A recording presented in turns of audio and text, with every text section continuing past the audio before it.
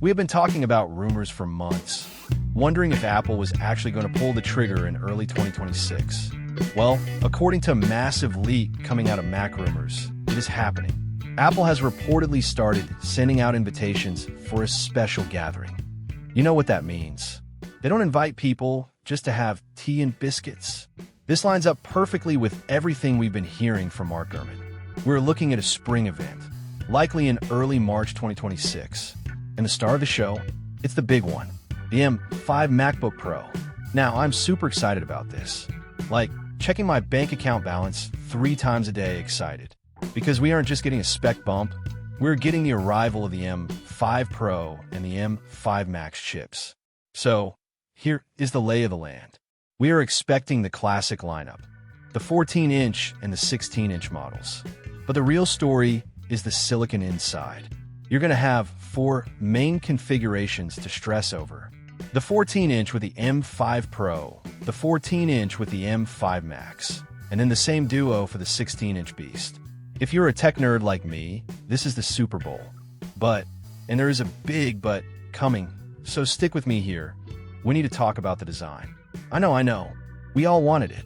We have been dreaming about that razor-thin OLED MacBook Pro that looks like it fell out of a spaceship. Well, I hate to be the bearer of bad news, but you need to lower those expectations right now. The leaks are pointing to the fact that we are not getting a redesign this time around. This event is going to be strictly under the hood. If you were holding out for that gorgeous OLED display technology on a MacBook Pro, you're going to be waiting a while. We are talking potentially late 2027. And honestly, it makes sense when you look at the timeline. Think about it. We saw the M5 chip debut in the Vision Pro and the luxury iPad Pro pretty late in 2025. Apple's schedule has been a little squished. If they release the M5 MacBook Pros now, and then try to drop a completely redesigned OLED M6 model at the end of 2026, that is way too rushed. It would cannibalize their own sales. So, the strategy seems to be, give us the M5 power now in the current chassis, let that ride for 18 months, and then hit us with a massive OLED redesign in 2027 with the M6 generation. It's a bummer, I know. I wanted those deep blacks and punchy colors too. But if you need a machine now, you can't wait another year and a half. And look, let's not pretend the current design is bad. It's actually fantastic. We are getting Thunderbolt 5 speeds, which is going to be absolutely insane for anyone moving massive video files. We still have the HDMI port, the MagSafe charging, and that sturdy aluminum body that feels like a tank. But I know what some of you are thinking. You're looking at the comments section. You're reading the forums. You're worried about heat. Every year, without fail, people freak out about thermal throttling. They say, oh, the M5 Max is going to be too hot for a 14-inch laptop. It's going to melt through the desk.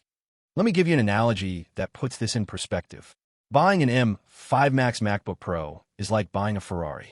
If you take a Ferrari to a racetrack and drive it at 220 miles per hour for 20 minutes straight, yeah, it's going to get hot.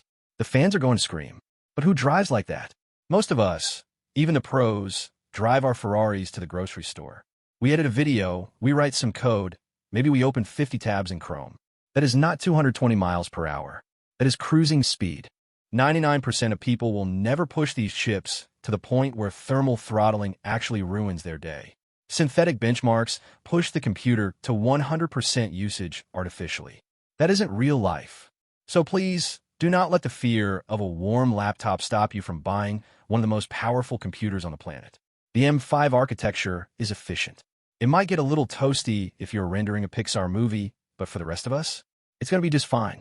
So the big question, who is this actually for? If you're sitting there with an M3 or an M4 MacBook Pro, sit down. You're fine. Relax. You do not need to spend $3,000. The performance jump is there, but it's not going to change your life. But if you're still rocking an M1 Pro, or maybe even an Intel machine, oh boy, this is going to feel like teleporting into the future. I'm planning to do a massive comparison once these drop.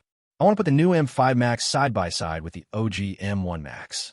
I have a feeling the difference is going to be embarrassing for the old machine. We are talking about 5 years of silicon evolution packed into this new update. And we can't ignore the buzzword of the decade, AI. The M5 chips are rumored to have a significantly upgraded neural engine. Apple knows that local AI processing is the future. They want your laptop to be able to run complex models without needing to talk to the cloud. So while the exterior looks the same, the brain inside is getting a massive IQ boost. I'll be testing that specifically to see if Apple Intelligence is finally faster than me just Googling things myself. This event is going to be a defining moment for 2026. It sets the tone for the rest of the year.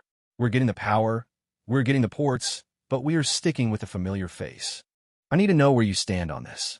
Are you disappointed about the lack of OLED? Is that a deal breaker for you? Or do you not care about the screen tech as long as the machine is a beast? I want you to head down to the comments right now and tell me, what is on your tech wish list for 2026? Are you grabbing this new MacBook Pro? Are you waiting for the Nintendo Switch 2? Or are you saving up for that OLED model in 2027? Seriously, let me know. I read through the comments, and I'm genuinely curious if the no design change news has killed the hype for you. We're going to be covering this event live when it happens in March.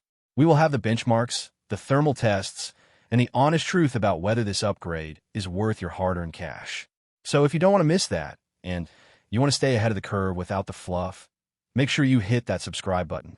We are growing this community fast, and I want you to be a part of it. Thanks for hanging out with me today. Start saving your pennies, because March is going to be expensive. Catch you in the next one.